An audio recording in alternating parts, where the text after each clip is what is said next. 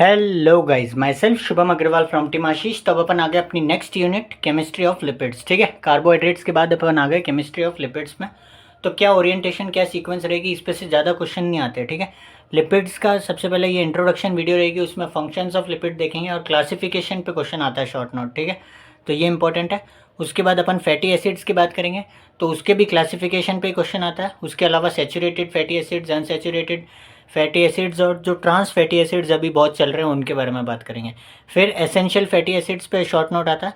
Phospholipids important है, और ये लाइपोप्रोटीन्स और ईकासोनाइड्स, ये अपन ने लिपिड मेटाबॉलिज्म में हाथों हाथ डिस्कस किए थे। वहाँ मैंने बताया था ये केमिस्ट्री का पार्ट है, बट वहाँ पे अपन ने डिस्कस कर लिए थे। ठीक है, लाइपोप्रोटीन का मेटाबॉलिज्म पता है ना कौन कौन से थे वो, अगर जिसने देखी है तो VLDL, LDL, HDL और काइलोमाइक्रोन्स। ठीक है, तो वो लाइपोप्रोटीन्स और ईकासोनाइड्स में प्रोस्टाग्लैंडिन्स, ल्यूकोट्राइन्स, वो सब देखे थे ना, वो अच्छे से वो केमिस्ट्रीज थी। ठीक है, वो अपन ने डिस्कस कर लिए थे।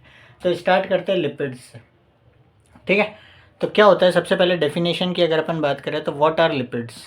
ठीक है, अगर पूछे कोई कि क्या होते हैं लिपिड्स, तो इसकी डेफिनेशन है कि lipids are defined as compounds which are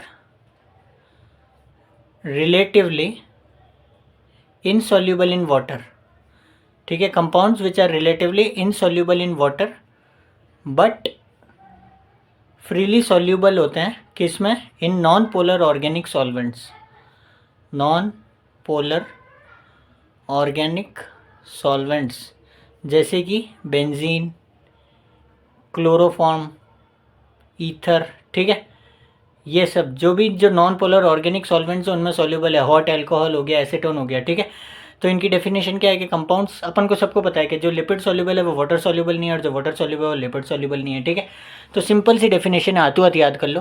compounds which are relatively insoluble in water but they are freely soluble in non polar organic solvents जैसे कि benzene, chloroform, ether, acetone, hot alcohol etcetera are defined as lipids. ठीक है, अगर अपन हम functions की बात करें, ठीक है, तो लिपिड के फंक्शंस बिल्कुल बेसिक फटाफट से बता दो, सबको पता है। ठीक है, एक तो ये एनर्जी का कुछ काम है कि इनका स्टोरेज फॉर्म ऑफ एनर्जी।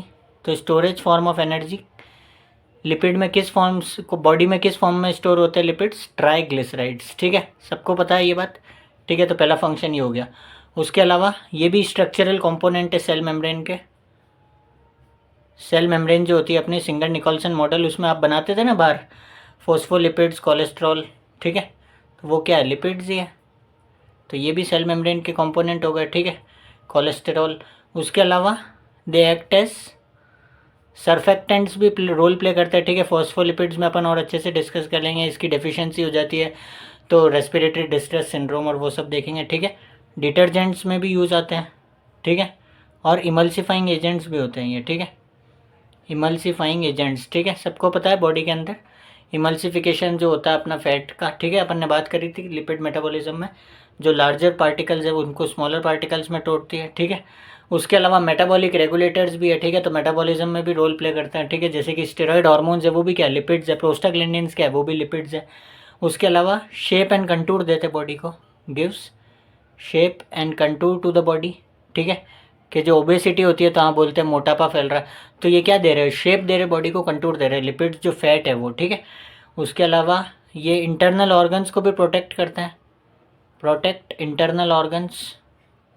ठीक है, इनका कशनिंग इफेक्ट होता है, इंटरनल ऑर्गेनिज्म नहीं, इंटरनल ऑर्गन्स। ठीक है, एक पैड बनाते हैं फैट का, जैसे ये स्किन है, इसके नीचे फेशिया है, फिर ये पैड है फैट का, फिर ऑर्गन है। ठीक है, तो ये प्रोटेक्ट कर रहे हैं उनको। ठीक है, उसके अलावा ये टेस्ट बढ़ाते हैं फूड का और पैलेटेबिलिटी बढ़ाते हैं फूड की।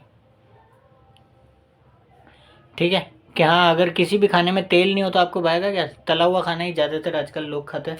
ठीक है, तो टेस्ट भी बढ़ाते हैं, ये फंक्शन भी कर सकते हैं अपन। ठीक है, अब अपन देखते हैं इनका क्लासिफिकेशन ऑफ लिपिड्स। क्लासिफिकेशन में अपन चार चीज़ें पढ़ेंगे। ठीक है, सबसे पहले पढ़ेंगे सिंपल लिपिड्स। ठीक है, उसके बाद पढ़ेंगे कंपाउंड लिपिड्स, उसके बाद पढ़ेंगे डिराइव्ड लिपिड्स, और उसके बाद पढ़ेंगे लिपिड्स जो कि किसी और कंपाउंड्स के साथ कॉम्प्लेक्स है। ठीक है, ठीक है, तो ये चार चीज़ों में अपन डिस्कस करेंगे। तो सबसे पहले स्टार्ट कर रहे हैं simple lipids. Simple lipids L से लिख रहा हूँ, ठीक है।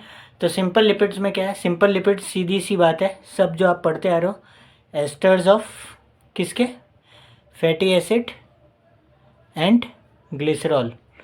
तो सिंपल लिपिड्स क्या है, सिंपल फैटी एसिड है और ग्लिसरॉल है, ठीक है। तो they are esters of fatty acid या ग्लिसरॉल, या ग्लिसरॉल की जगह कोई भी अदर हायर अल्कोहल भी हो सकता है, ठीक है। ठीक है, तो इसके अंदर कौन कौन से आ जाएंगे आपके, एग्जाम्पल की बात करें तो ट्राईग्लिसराइड्स या ट्राइसाइल ग्लिसरॉल, ठीक है। इसको न्यूट्रल फैट भी कहते हैं। इसमें क्या होता है, फैटी एसिड होता है और ग्लिसरॉल होता है।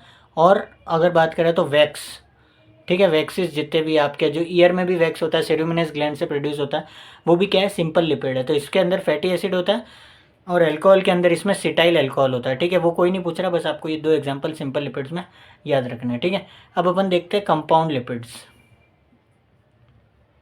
कंपाउंड लिपिड्स जो है, अब इसका मतलब समझना, अपन बात करें fatty acids esterified with glycerol, तो ये तो क्या थे, सिंपल लिपिड्स थे, ठीक है। और इसके साथ सम अदर ग्रुप, कंपाउंड है ना कुछ, तो कुछ और अदर ग्रुप भी आएगा, ठीक है। अब इस ग्रुप के बेसिस पे इसको अपन दो में डिवाइड करते हैं, ठीक है।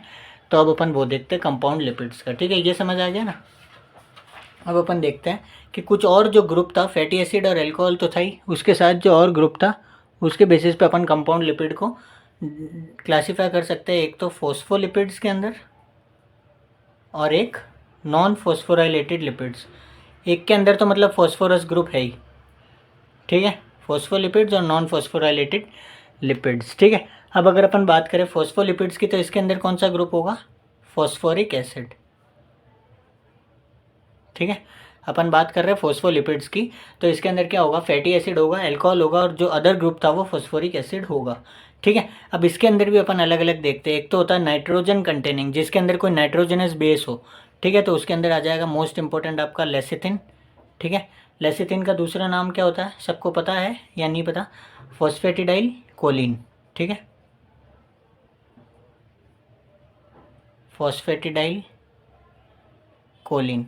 और कौन कौन सा आ जाएगा, इसमें आ जाएगा सिफेलिन, जिसका दूसरा नाम होता है फॉस्फेटिडाइल इथेनॉलमाइन। अपन फॉस्फोलिपिड्स पढ़ेंगे जब और डिस्कस करेंगे, इसलिए सुन लो, इसका नाम मैं लिख नहीं रहा हूँ। इसका नाम होता है फॉस्फेटिडाइल इथेनॉलमाइन, और इसके अंदर एक और होता है फॉस्फेट वाला, फॉस्फेटिडाइल सीरीन, ठीक है। तो ये नाइट्रोजन कंटेनिंग बेस।